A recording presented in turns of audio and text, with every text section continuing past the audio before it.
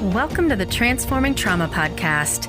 Transforming Trauma is presented by the NARM Training Institute.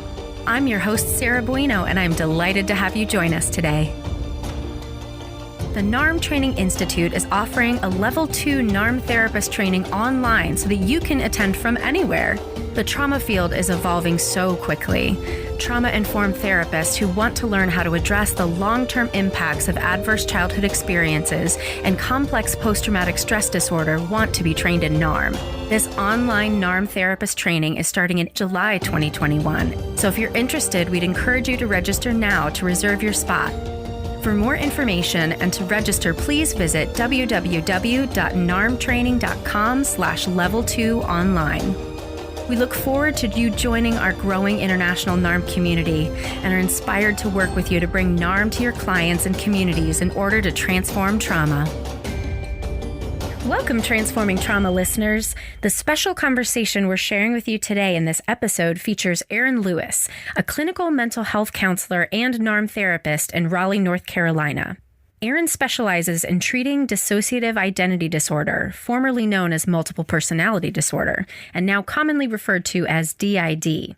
In addition, Erin herself has been treated for DID and is committed to promoting education and supporting the needs for traumatized individuals, including those with DID. Her mission is to further the treatment across the U.S. in terms of how we view and treat DID. She's a strong proponent for using NARM in her efforts, and we'll share more about it in this episode. But before we get started, we wanted to offer a thank you gift to all of our Transforming Trauma listeners. To celebrate you and our growing NARM community, we're offering a special 50% discount for our Inner Circle online program through the month of June. The NARM Inner Circle features monthly topic webinars, demonstration videos, the Emotional Completion ebook, access to a private Facebook group, and more. It's an international learning community for anyone who wants to learn more about complex trauma and NARM. And in June, join us to dive deeper into how we apply NARM in working with complex trauma and DID. For those interested, go to www.narmtraining.com/innercircle to sign up with the checkout code June 2021. Offer available until June 30th, 2021. Now let's move on to this important episode on the interplay of complex trauma and dissociative identity disorder. Erin, welcome to Transforming Trauma. How are you? Good. Hello. How are you doing? I am filled with anxiety right now, actually. And I mean, it's good to put it out there, right? Instead of pretending that it's not there, let's just invite it to hang out as me. Yeah. Okay. I like that philosophy. I'm feeling a tad on the anxious scale myself, to tell you the truth. A little bit. I got my pup here to help me. Yeah, we talked offline about a love of dachshunds, so we already know we're going to be great friends today. So before we dig into everything, you know from being a listener of the podcast that we like to ask everyone, what is it that you want listeners to get out of our conversation today? The biggest thing that I can think of is even beyond learning about like DID or dissociative identity disorder or any of that is just the stigma is so thick, not just among the communities, but like also in the field that we're in. To just sum it up, like to lessen the stigma, it's almost feared among some clinicians, even like some of the better. Raise his hand. Yeah. Because I don't know what I don't know. Right. And it's like we're not taught that in grad school either. So you have to like seek it out, and you're already busy with your caseload. You're already busy with like your passions. And then it just seems like this is an issue that kind of gets pushed to the side. So I kind of started this vendetta of squashing the stigma about, I don't know how long ago now, pandemic brain, a while ago. And I think it's because I kept running into psychiatrists that were saying like, I don't believe in DID, but I'll treat them. What? I was like, oh, okay. Right. So how do you work with somebody like that? Right. Like, but then on the other end, one of the prominent universities in the area, actually, like they teach the DID does not exist. Where are you? So I'm in Raleigh, North Carolina. Okay. So we have like, we're called the Research Triangle because we have like Duke, UNC, NC State, like these really big universities. It's not well taught. And I was trying to think like, is it well taught in any of them? And I was like, no, honestly. But then I think of my own training in graduate school, and it was just like, this is a thing that can happen sometimes, rarely. And that was Right. about all that I was taught about it, to be honest. So squashing the stigma, that's kind of what I'm here. And I'm super excited about this topic. We've actually had a lot of requests to talk about this topic. And as I said, I raised my hand. This is something I know almost nothing about. So I'm really excited to dig in. But before we do that, would you just give a little intro? Tell the folks who you are and what you do. Okay, yeah. So I am Erin Lewis. I am a trauma therapist in North Carolina. I just opened up a company not too long ago with my business partner. Congratulations. Thank you. Business partner and best friend of like, I don't know, a decade or two or so. I don't know. So I'm feeling pretty good about that. The whole center that we've created, every clinician is trained to work with DID specifically and dissociative disorders. And then we're also the first people, I guess, clinicians in the state that are actually offering DID groups, clinical groups, which, comes with its own challenges, to be honest, but like it's really fulfilling work. So that's kind of what I do, is a lot of trauma therapy. And I also research a lot. I don't do the research, but it's like I compile so much research right now. I'm in a wormhole about DID and possession culturally. Like, yeah. That sounds like so much fun to dig into. Yeah, it is. It's amazing, honestly, because if you read in the DSM, it says like you can't diagnose it if it's cultural possession. And I was like, interesting. How can you tell the difference? So then you go into the literature. Wow. Yep. So I read a lot of literature. So it's not the funnest reading, but it is kind of like, I don't know, like I like to get like the feel of what the authors are thinking.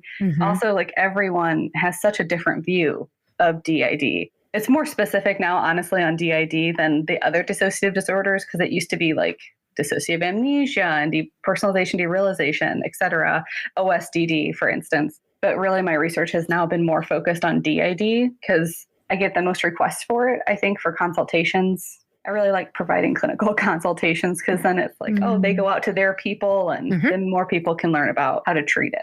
Yeah. Well, let's throw out some definitions because I'm guessing already there might be people listening going, what the heck is DID? So what is DID? So DID is called Dissociative Identity Disorder. It's also formally known as multiple personalities. And that was like back in the day, the name change happened a while ago. But essentially, this is when two or more personalities are in one body. So there's a distinctive change. Some people call it switching. Some people call it changing. And then there's like a definite, like a marked time loss about it. So there's amnestic barriers, not to get too into it. It's kind of hard for me to hold back. But on a surface level, this is somebody who has had an immense amount of trauma and their consciousness essentially has split into other consciousness, right? Like, so they may have 4 or 5 experiences or personalities, right, of one event, for an instance. Whereas somebody else might only have a couple, right? If you go into parts therapy, IFS, love it. For this, it's kind of like parts, but think of it as an extension of PTSD, right? We all have different parts of ourselves. But the more trauma, the more dissociated, the stronger these amnestic barriers get, the stronger the parts. So I just teach people, like, if you can work with PTSD, CPTSD, you can work with DID just fine. But DID is dissociative identity disorder. Thank you. And as you were saying that, something that just clicked for me, because you were saying, I guess and it's probably not quite this simple, right? Like the more complex or strong, I don't know what the right word is, but the more profound the trauma, the more dissociated a person becomes from it, which then makes sense to me, the difference between a part and another identity, because the further away it is from, probably Dick Schwartz would call the capital S self, is a different part. Am I understanding that right? Or yeah, I think that you're on understanding perfectly, actually. Oh, so okay. What Dick Schwartz says, like, yeah, the self, it's really imperative to use the client's language. So sometimes they call themselves the center or like the host, if they've researched it a lot, to be honest. Is that the clinical term? So the research is mixed. Just to let you know, there's some real defenders that it doesn't exist, and there's some real defenders that it does, right? Like, I mean, like that's how mixed this research is. Can I ask a question about that? Because something I've learned is that who benefits from protecting certain information? So I'm wondering who benefits from DID not existing? I've thought about that quite a lot. And I think it is about the inability to see that really, truly horrible, horrific things that you would only see in a movie can happen to anyone.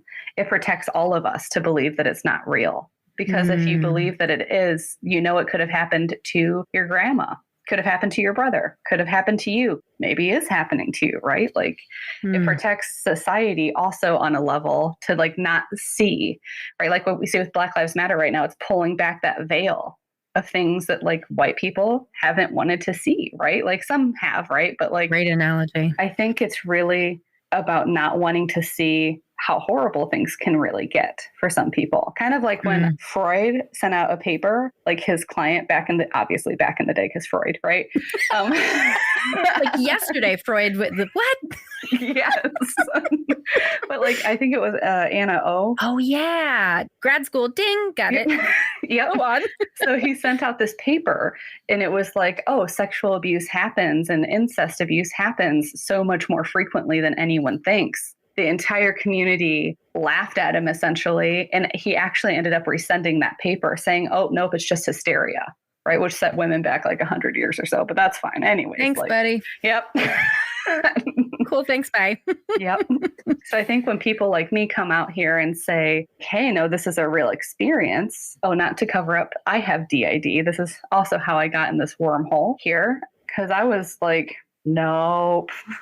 Like, you know, something's wrong, right? You just don't know what it is until like you dive deep. And after like, I don't know, a decade of therapy or so, you know, like I'm able to integrate all this knowledge and like my own experience, the research's experience, and then like able to give like a perspective of what the client might be actually going through on the other end. So that's been helpful for like my consultees essentially to hear about a little bit. I didn't even mention it in the very beginning because it's just like, I don't know. It's kind of like when you have anxiety and at first it's like, oh, this is what anxiety is, you know, it's like you have anxiety and this is what the definition is. But then once you have it for a while, it's just like, oh, it's anxiety. Of course it is. Right.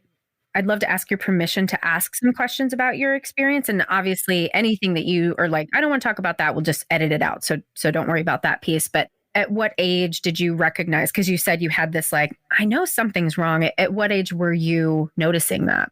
What I noticed was something was wrong probably in middle school because I was like, you know, when you start realizing it's not just you in the world, it's all these other people too. Right. Yeah. That's the first time I'm like families. I see other families doing things differently too.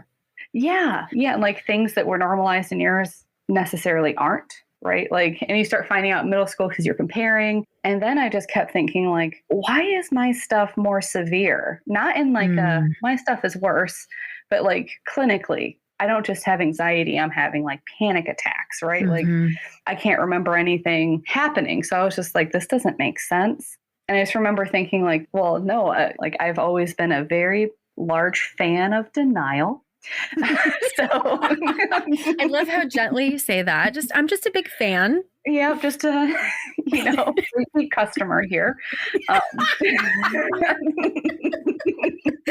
That is cute. I'm gonna steal that. Yeah, sure. And then I was just like, oh, I know. No one's pain is worse than anyone else's pain ever. And I do believe that we all have our own pain, right? Like, but there is definitely different levels of trauma. Right. You know, getting yelled at by a teacher publicly is definitely different than like sexual abuse, for instance. Absolutely. So, but for me, I was like, nope, we're all in this together. We all are the same, right? And then it's like, no. On the inside, it's like time is going too fast. Everyone says things fly by, but things like fly by. You know what I mean? It's like, where did this like, I don't know, this week go, this 2 weeks go, this month go, but chronically. And it's like all of a sudden I'm in high school and I'm just like, well, guess I'm in high school, you know, like it's that time loss. I didn't have any words for it at all. And then I got to college and I was like, the last thing I want to be is a therapist. I was like, that's disgusting. And right, because denial was running deep in my veins. Yeah. So yeah, I guess I would have to say that middle school. Wow. And at what point in your therapy journey did you arrive, or I guess I'd love to hear how you came about the DID diagnosis and what was that like for you finally having a name for something that you had been, you know, feeling this something's wrong for so long? Yeah. So just a little psychoed here. Statistically speaking, it takes about anywhere from 5 to 14 years to properly diagnose someone with DID. How interesting. Yeah, because a lot of people think it's schizophrenia and it's not, and the meds do not work the same either, is the thing. Because Oh, different personalities have different metabolisms, right? Like, so then. wait, I'm shocked by this. And that is so fascinating to me that now I'm like wordless. But so different personalities literally metabolize. So the body chemistry changes. She's Yes. nodding her head, and I'm floored by this. And now I want to literally know everything. So you and I are going to spend a lot more time together because this is just wow. Yeah. I also was like, well, this makes so much sense. If you've ever had a client, for instance, that cannot tolerate medicine well, or they have really rare, quote unquote, side effects of things, and they have a large trauma history, like you need to rethink that client probably. My jaw is on the floor. The cellular differences that happen, and there are some Harvard studies on this, like a personality could be epileptic or pseudo-epileptic, a personality can be paralyzed or have some paralysis, and it's actually pretty common for some limbs to go completely numb so that you don't feel them at all. And then there's like some can be diabetic, some can, so I have a personality that's allergic to walnuts. That was not fun to find out. I love walnuts, right? Like I'll eat it all day in my banana bread. I'm about it. But if one of them comes out and they eat it, all of a sudden I can't breathe. And so then like I have to completely, there's a lot We here, right? need to do it. Honestly, it would be beautiful to do a series, I think. I'm really holding that. I have so much curiosity right now, and I want to be so respectful of your experience. So I'm just trying to like hold back all of these questions, but at the same time knowing that this is your life. For your life to be an intellectual pursuit for me, I don't want that to be offensive in any way. So I'm really trying to like be mindful of that right now. Well, I really appreciate that, but I call it Marsha Linehaning it. You know, like how she Yeah. created DBT, like Mhm. in the hospital, let alone, you know, like amazing, like how much courage and strength that would take. You know, like I'm not. I don't really want to compare myself to her because then that gives me anxiety because she's like, I don't know. I have a Right. lot of respect for how she's come to like those skills that are taught all over the world now. But there's a piece of me that does a personality of me probably, right? But like there's a piece of me that really does feel like somebody has to break the stigma. Somebody has to be asked the questions, not in like a fetish kind of way, right? Like, but just in like an intellectual, like this is what happens. This is clinically what we see. This is what the research supports and shows because we're really lacking that as a community. And fun fact, like, so DSM numbers, again, a lot of research. So if you look at Shepherd Pratt, they're a really amazing hospital, great with DID, or McLean, they're going to have a little bit different numbers. I think Shepherd Pratt is like 1 to 5% or 1 to 3% or so of the population has DID. The DSM says about 1.5% of the population has DID, which is, so if you think of like anorexia, that's 0.6% of the population. Bulimia is, yep. Also, anorexia is kind of harder to diagnose. So I equate it more to bulimia, which is like 1.5% of the population prevalence for women. I think it's like 0.5% for men or so. That little. Yeah, but we all know somebody likely that has had an eating disorder. So if you think of that and you can't think of somebody with DID that you know, that's how misunderstood this is because it's just as prevalent. It's just not being diagnosed. You'll meet clinicians and they'll be like, oh, I only have one case this one time. And it's like, nope. Like if you work in addictions, for sure you've seen DID. Yep. So I can guarantee it. Okay, then let's tell clinicians what is it that we're missing right now? How would we know that there might be something else going on? You said the lapses of time. What else? So that's actually what separates OSDD from DID. So OSDD is otherwise specified dissociative disorder. Okay. So that's kind of like not necessarily depersonalization, derealization. Maybe they have the dissociative amnesia there, but they're not quite different personalities. So this kind of can look like if you look at a parts model. So I really love IFS for the beginning stages of DID work. Not necessarily the later stages though, anyways, but like I can get into that at a different time. But if you're looking at this, like what's kind of separating it is time loss, right? If they're saying like, oh, people are reporting that I act so differently, like, okay, let's not jump to conclusions. But if they're saying like, I can't remember yesterday, I can't remember the session. How come I can never remember the sessions? It's not just the dissociative feature of PTSD though. It's just, that's why I call it like PTSD extended, right? It's just like, if you go further down the spectrum of trauma disorders, it's like PTSD, and then you have borderline personality, right? And then you have OSDD or derealization, all of that, right? And then we have DID. So it's just like more profound. A lot of people don't see the switches. They can be really subtle, and it's also not meant for people to know is the thing. So it's like, I don't hold it against therapists. It's just, I think what it is an ignorance right now.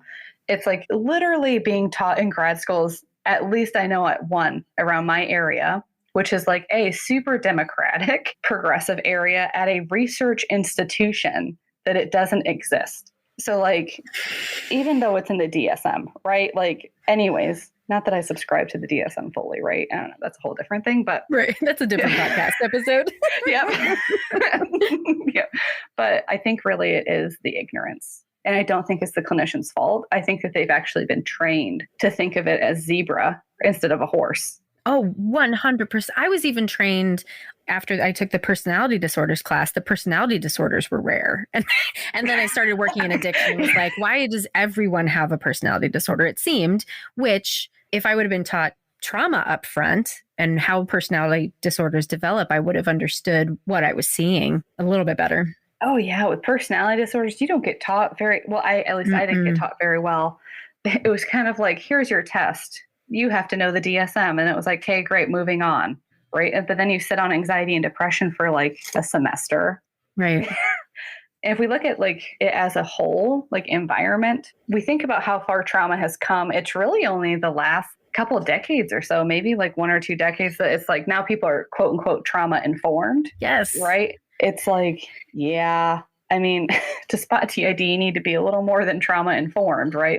Right. Like even trauma therapists have trouble, which is like it's 5 to 14 years to diagnose it properly, because it's like this person has anxiety, this person has depression and addiction and this. And it's like, well, do they? Or is that the different personalities? Whoa. Now I'm thinking of one of my clients who, like, I look at the list of diagnoses and the questions that I had. There was a time where we were like, is this a trauma response? Is this bipolar? All of the things we were trying to sort out. Wow. Oh, yeah. I've seen clients go through so many different medications and like, just to be transparent, like I don't take any psychotropic medication. I take Advil in the morning and an allergy pill. There's pollen problems here in the triangle. You are delightful. I love this.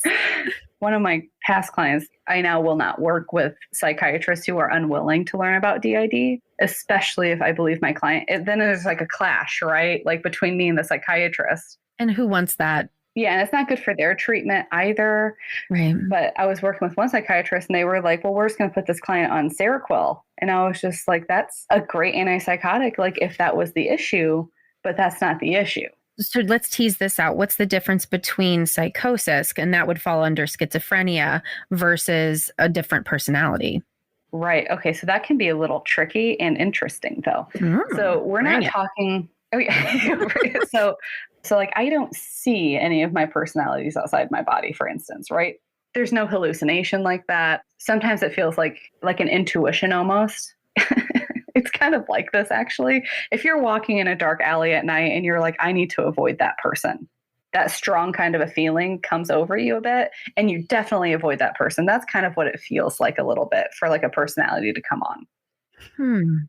The intuition is just different. It might be about finance. One of my personalities is all about finance and stock trading and savings accounts, retirement accounts, Roth IRAs, and all that stuff, right? Like, which is not me at all. But for an instance, like when she comes on, I know it because like all of my thoughts are all of a sudden about the stock market, right? Like, oh, wow. And what's going on with that. But it's not like, oh, I think people are after me, right? There's no paranoia with it. I'm not like sitting here thinking like, even with my personalities who are like shy because they don't like loud noises. So if you think of NARM and the connection style, oh, that fits me just like beautifully, honestly, obviously.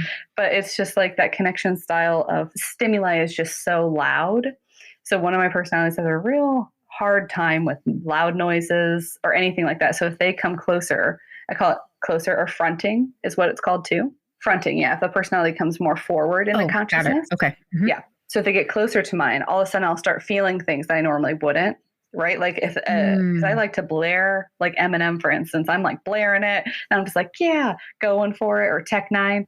And if she comes near me, it's like everything needs to be turned off immediately because then it produces such anxiety, right? So that's like my internal experience. Now, if I had like psychosis, it might be like, I'm thinking of, so I used to work in Indiana before I moved here, specifically with psychosis.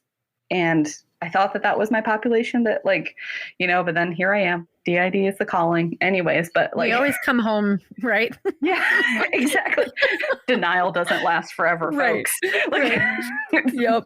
So, like if you have somebody who's seeing things outside themselves, that's more along with psychosis. They're hearing people telling them things, like that's a little different. Like I can hear an opinion sometimes, right? Like, because I have co-consciousness with my personalities. So it's not like the time loss isn't like profound like it used to be or anything. Like I know when they're around, someone's trading stocks or whatever. Sorry, the stock market has been booming in Dogecoin lately. So like that's right.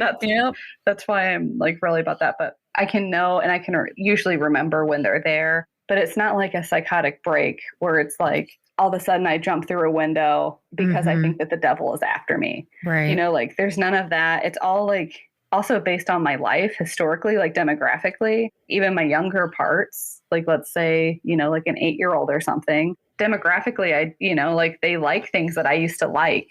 They still have my same parents, for instance, right? Like it's not like interesting.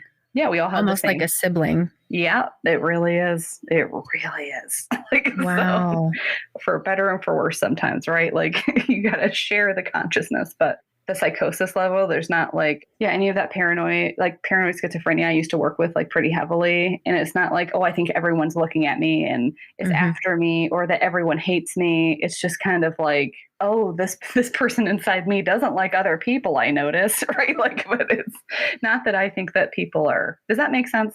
Yes, it does. Yeah, it does to me. Let's hope it does to other people too. I hope so. Yeah. So I don't see things that aren't there, essentially.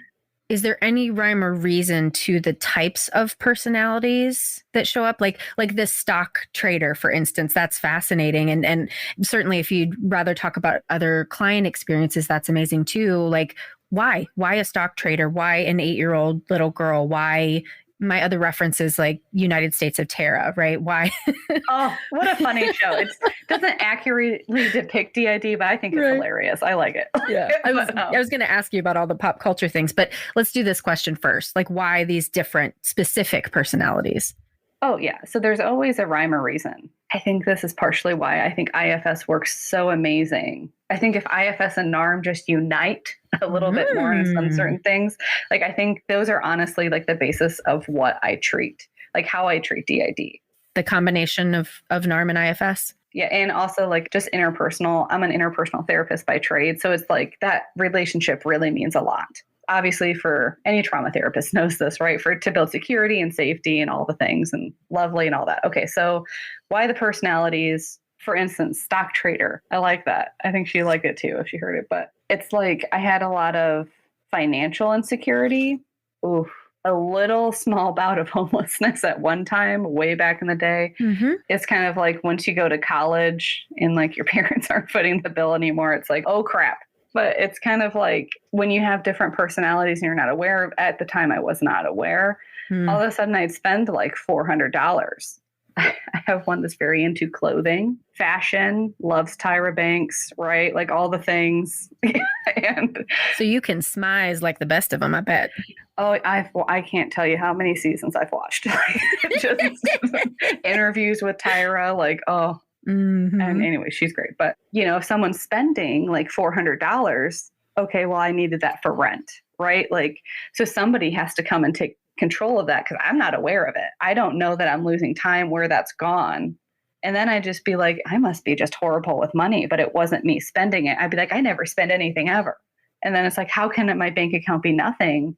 And I'm working 40 hours a week and I'm going to school full time, like college, right? So then I was like, how is this possible? So for instance, like that's why she is really extra super necessary to kind of keep everybody else in line.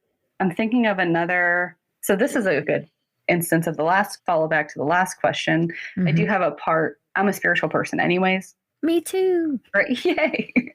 But so I have this part of me that's also very spiritual. Not everyone in here is. So she's very spiritual, but there's not one time that I'm like, I am God. I never think like the grandiose, I don't have any delusions of grandeur or that. Since I'm such a fan of denial, it's kind of the opposite. It's like, oh, I'm insignificant kind of a pull towards that. But yeah, so like, I think that like, it's important. My spirituality is very, very important to me. So that really keeps me grounded in like who I am versus who they are, right? Like, or who we are as a collective, like to get even more. Oh, I love that. What a beautiful agency filled way of relating to this experience. Wow. I love that. Oh, yeah. And then how we impact the community. So it's like, I can think like this though, because I've had therapy. And the thing is like, I had a therapist is great, amazing. It did take 6 or so years or something like that to get diagnosed. Like she knew something was different. I knew something was different. Right. But then it was like BPD didn't really match, but it was so much stronger than PTSD. So it was like, why are my symptoms so much more severe? But then it's like, I had a trauma history, but I just didn't realize how big it was. So then it was just like nothing made sense until everything made sense. Right. And then like my first personality actually came out to her and was like, hey, what am I doing here? Kind of a thing, kind of aggressively, honestly, like, what do you want from me? Right. Wow. And then it was like, oh, that happened. And she was like, yep. And I was like, that makes sense. And then it was scary. And then it's like, oh my God, I'm so weird. And then it was like, it is scary at first. It's a hard diagnosis to take in because of the stigma. Absolutely. But once you live with it for a while, then it's like, why is it so stigmatized, right? Like, so depersonalization, derealization disorder, for instance, in the dissociative disorders, that happens to over half of the United States population. Can you describe what depersonalization and derealization are? Essentially, it's like feeling you're not yourself or the world isn't the world. Right. So there's a dissociation or amnestic barrier. So this can happen in times of grief, increased stress, like profound stress sometimes. Have experienced. Yeah. Right. And it's like over half of society has experienced this. Is it even a disorder then? You know what I mean? Or is it just a common human experience? So how I really view PTSD, for instance, and CPTSD, which I honestly kind of feel like everything is CPTSD. I don't just see regular. Right. Who has a single event trauma? I mean, maybe one person has a car accident, but you've likely had some sort of other trauma before then, right? Yeah. Developmental. So NARM, everyone has developmental trauma. So then it's like, it doesn't make sense to me I see everything as CPTSD, but like, essentially it's just like, that would be a common human experience to have in that stimuli. So it's like, oh, you get robbed. Okay. Like at gunpoint or something. Yeah. You should have a reaction to that, right? Like, in your body, there should be one there that's protecting you. If you don't have one there, that is concerning, more concerning than if you do have one. So I just see it as like, if you have such a profound trauma history, I don't see why DID is looked at so much differently than PTSD, to be honest. Because once you do the intersystem communication, which is just like breaking down amnestic barriers, talking to the other parts, and you get that co-consciousness, it's not really frightening anymore because you know what's going on. You can remember things. Here to break the stigma. Well, I was listening to Larry in one of the last postmasters trainings, and he was talking about, I'm thinking about how profound the trauma is, and then of course the resilient factors that could mitigate certain responses. So is DID directly correlated with how profound the trauma is? Is that the end of my question? I believe it is. So I'm going to give you kind of two different sides of research on here. Okay. Yeah. Okay. And I'm just going to mark out the ones that say it doesn't exist, right? Like, so. Yeah. We don't like those people. Yeah. So let's just go in. I think that they're in a threat response, right? Like it's a whole thing. But so if we look at this research, some of it is going to say, hey, 97 or 98%, where they get this number, I am unclear on. I think it's from their literal one study that they've done. And then they make these very big conclusions, right? But like some of them will say like 97, 98% will be because of profound sexual abuse, right? Like some kind of trauma early in childhood, right? If we look at that statistic, though, that leaves the 3% saying that there's not profound trauma. Right. But then this research article I'm thinking of right now was saying like prisoners of war, which I consider to be profound trauma. myself. I'd say. Mm-hmm. Yep. So like that can create this.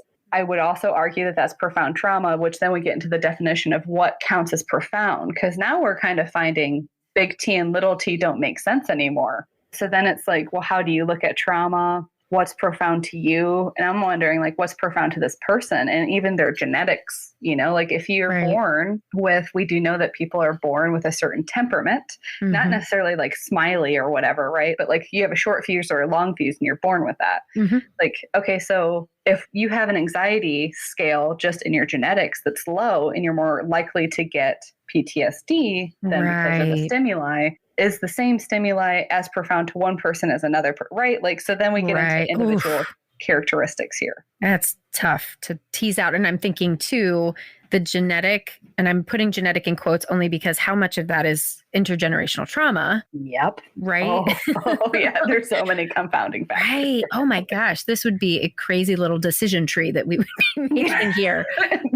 Wow. I don't even know my next question. Just keep talking because everything you're saying is fascinating to me. Once you start learning a little bit about DID, it opens up a whole world of like, oh my God, right? Like I didn't know that any of this was how it was, right? Like, so yeah, what I'm kind of thinking is I always tell my consultees, well, I don't really tell them as much as I ask them, like, hey, what's your gut feeling when you're sitting with this client, or what's your gut feeling about this? Because like maybe it is trauma like that's been passed down, right? But maybe it's also something that they don't even know that is trauma, right? Like, oh, my mom used to, scold me every day, right? Like, because in middle school, like all your other kid friends, all their families scold them in the same way. Now it's normalized, and maybe that was actually abusive, right? Like, and they're like, everyone does that. And it's like, I'm sure we've all had that client that's like, oh, that's normal. And it's like, is it? Definitely not. So in some cases it is, but I just like to tell clinicians, like, follow your gut on it. Like, and like to not be afraid of DID, because dissociation is a human experience, a common human experience at that, right? Like you're driving down the road for 200 miles on a road trip and you're bored out of your mind. And now you're thinking of spaghetti while also simultaneously driving the car and you don't remember the last 60 miles. Right. Super common. Spaghetti. I love white spaghetti, but I'm into it. Yeah. Spaghetti is delicious. Yep. True.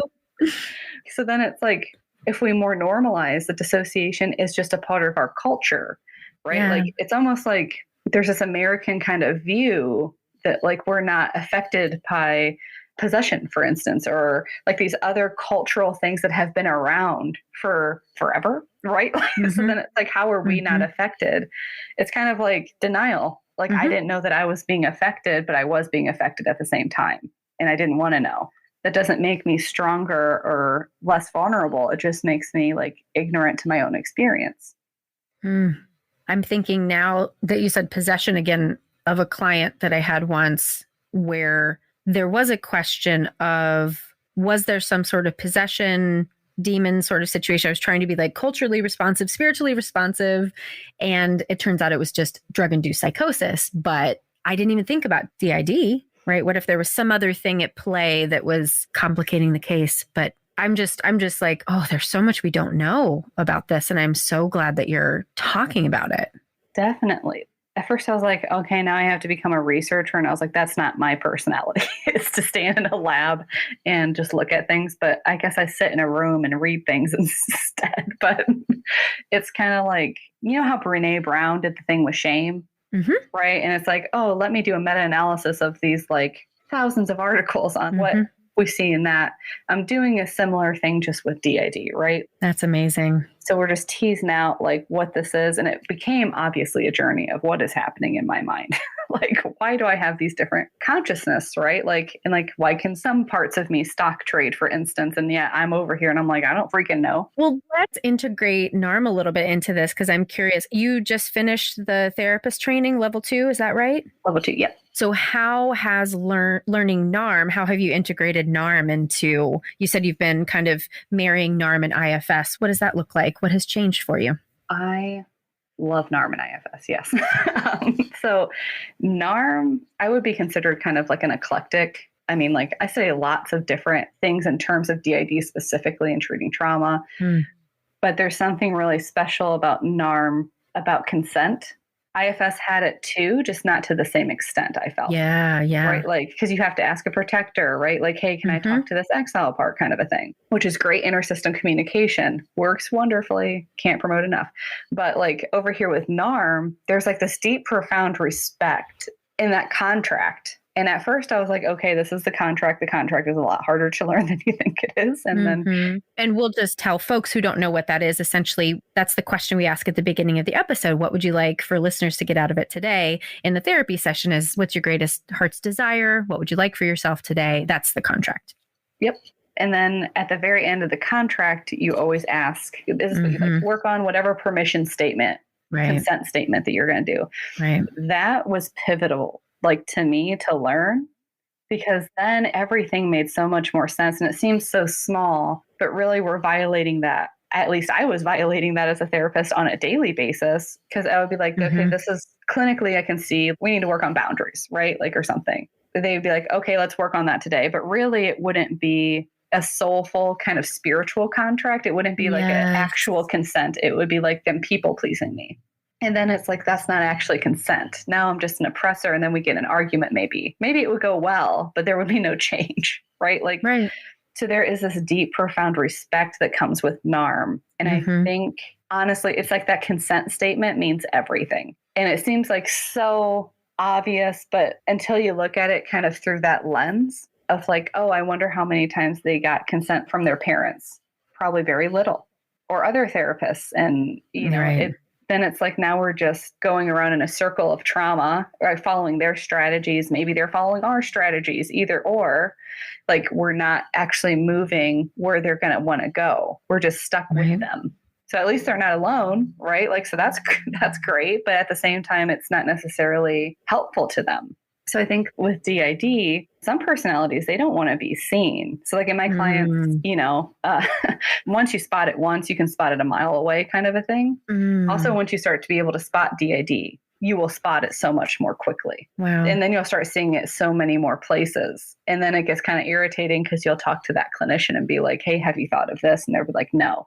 And it's like, oh my God, you need to learn something, right? Like, but I see the ignorance kind of shield, but NARM, the survival strategies are helpful, not in terms of classifying clients, just in terms of like, oh, this could happen, right? Like if you go through trauma in this way. Also, like that level 2 training focuses a whole lot on counter transference. And I think that that has helped me with specifically clients with DID. That and the consent has helped more. I can't even like quantify it, honestly. It's just helped so incredibly much, right? Like, NARM. I just love NARM. Oh, that was the sweetest sigh. I love that. And if I may make a reflection on what I'm experiencing today, one of the things we talk a lot about in NARM is identifications and how sometimes we can get so over-identified with our diagnosis that we get stuck in a rut with that, right? And what I hear you doing with the diagnosis for yourself and for others is it's a framework. It's a piece of information with which to kind of construct an idea, but then you go in and get consent with each person. And I'm imagining that, I hope I'm kind of hearing that might be what you do for yourself too, is get that consent. Oh yeah. I mean, especially when you, as living with a person with DID, when you got other personalities and you're a therapist, like, oh God, like the time that you can have just alone, right? Like, but it's kind of like, you know, we obviously had to set up those boundaries. You and the part? Oh yeah, me and my others essentially, right? Like, because like I'm the only one who went to grad school. I'm the only therapist here, right? Like, hey, now that's right. Yeah. Yep. I love that. So then it's like they didn't go. I went, therefore I am the only one in sessions with clients, for instance. Like they're not allowed. There's like a wall there, essentially. I didn't even think about that. What if a personality were to come forward in a session? We have to do this again. There's just way too much more to talk about. Wow. Once you scratch the surface, all of a sudden it's like, right? Like there is a lot. Where can folks find you and learn more about this incredible work you're doing? Oh, yeah. So my business partner, Natalie Struck, actually, she does EMDR and also treats DID as well. And we are called NC, Cutting Edge Counseling. So nccuttingedgecounseling.com. That's where you can get our information. And for consultants, I do not talk to clients out of state because it's against my board rules. I'll talk to any therapist in any country, out of state, it doesn't matter. But at this time, I'm not able to like coach clients, so to say. So yeah, you find us at ncuttingedgecounseling.com. Wonderful. Well, this has been a joy to speak with you. I'm so excited. Like I feel an expansion happening right now, just in like, you've really educated me, and I can't wait to follow your career and see what you do. Thanks. And I'm glad that, like you're not afraid of it, because some people are like DID, oh, right. You seem to be open, which is really nice. Well, I think probably being an addiction therapist helps, because most therapists are afraid of addiction. So I've already gone that far. Might as well keep going, right? Well, and I mean, you've really got me thinking who that I've worked with in the past may have been dealing with this, and I had zero idea. So I need to hire you for a consultation to kind of figure out what are those pieces that I might not have been picking up so that I can begin to see in the future. Oh, yeah. I'm 100% positive you've treated probably quite a few. I believe you. I totally believe you. Addictions pretty heavily, and eating disorders as well. Right. Well, all that is born out of trauma, so that all makes sense. Yep. Well, Erin, thank you. Thank you for everything, for this today, and for all the work you're doing. Thank you so much for having me on and being open and listening. And yeah, I don't know. You have a really soothing voice. It was nice. Thank you. Oh, thank you. That's the microphone voice. Thank you. Oh my goodness. Thank you so much for being here. I appreciate you. Thank you so much for having me. Thank you all for listening to this important topic on the interplay of complex trauma and dissociative identity disorder. If you're interested in learning more, we invite you to consider joining the NARM Inner Circle online program, where we'll be featuring a series of recorded therapy sessions demonstrating how NARM supports individuals with DID. Each month, the Inner Circle NARM faculty guides you through a step-by-step process of learning how to integrate trauma-informed, NARM-inspired perspective into your work. The intention is to pull up the hood in describing how NARM is being used with real clients to resolve complex trauma. In addition to these monthly NARM demonstrations, faculty host monthly topic webinars. These webinars deconstruct various elements of complex trauma from a NARM perspective. Whether you're already familiar with NARM or just learning about it, there's a place for you within the NARM Inner Circle community. Through the month of June, our Transforming Trauma listeners will receive 50% off of an annual membership if you use the discount code JUNE2021 at checkout. Go to narmtraining.com/innercircle to sign up and for more information. Thanks to Andrea Klunder and the Creative Imposter Studios for producing and editing, to Tori Essex for our album art, and to Brad Kammer for the creation of this podcast. We look forward to building community and connection with you and changing the world by transforming trauma.